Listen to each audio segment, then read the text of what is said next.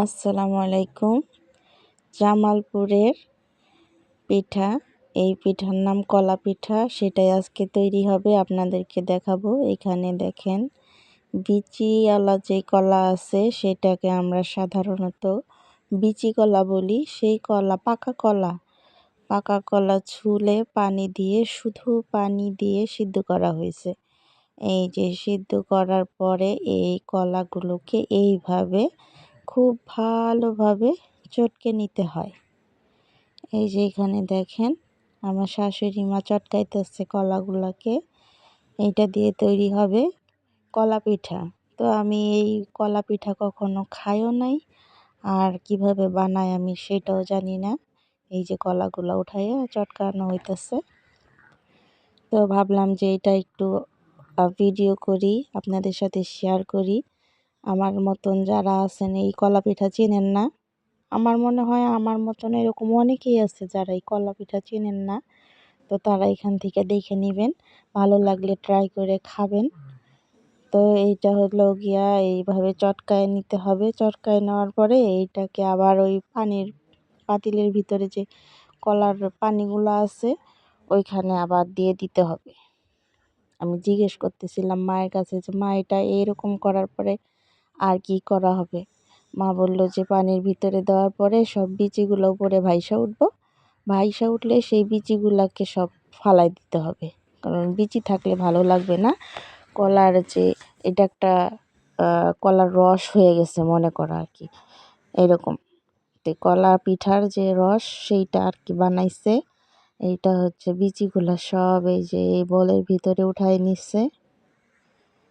হ্যাঁ, এখন কিন্তু পাতিলে কোনো বিচি নাই, সব বিচি উঠাই নিচ্ছে এই যে।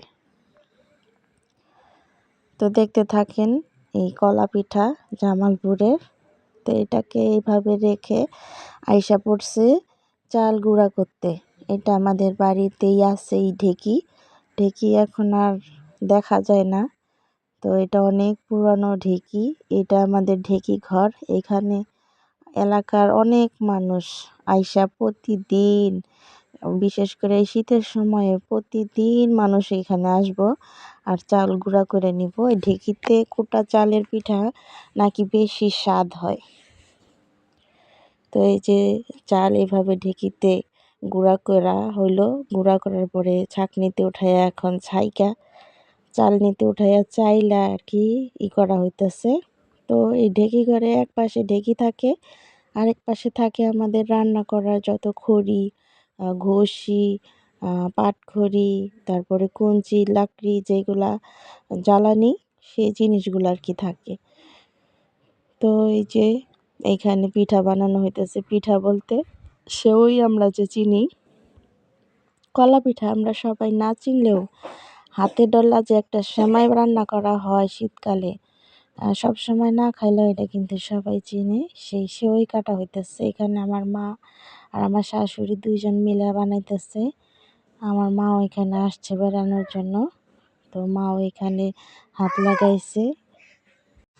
আটা লবণ দিয়ে সিদ্ধ করা হয়েছে, যেভাবে চালের আটা রুটি বানানো হয়। তারপরে এই যে দুধ দিয়ে যে সেমাইগুলা কাটছে, ওই দুধ বলে, হালকা দুধ দিছে আর ওই রসের ভিতরে চিনি দিয়া রান্না করা হয়েছে।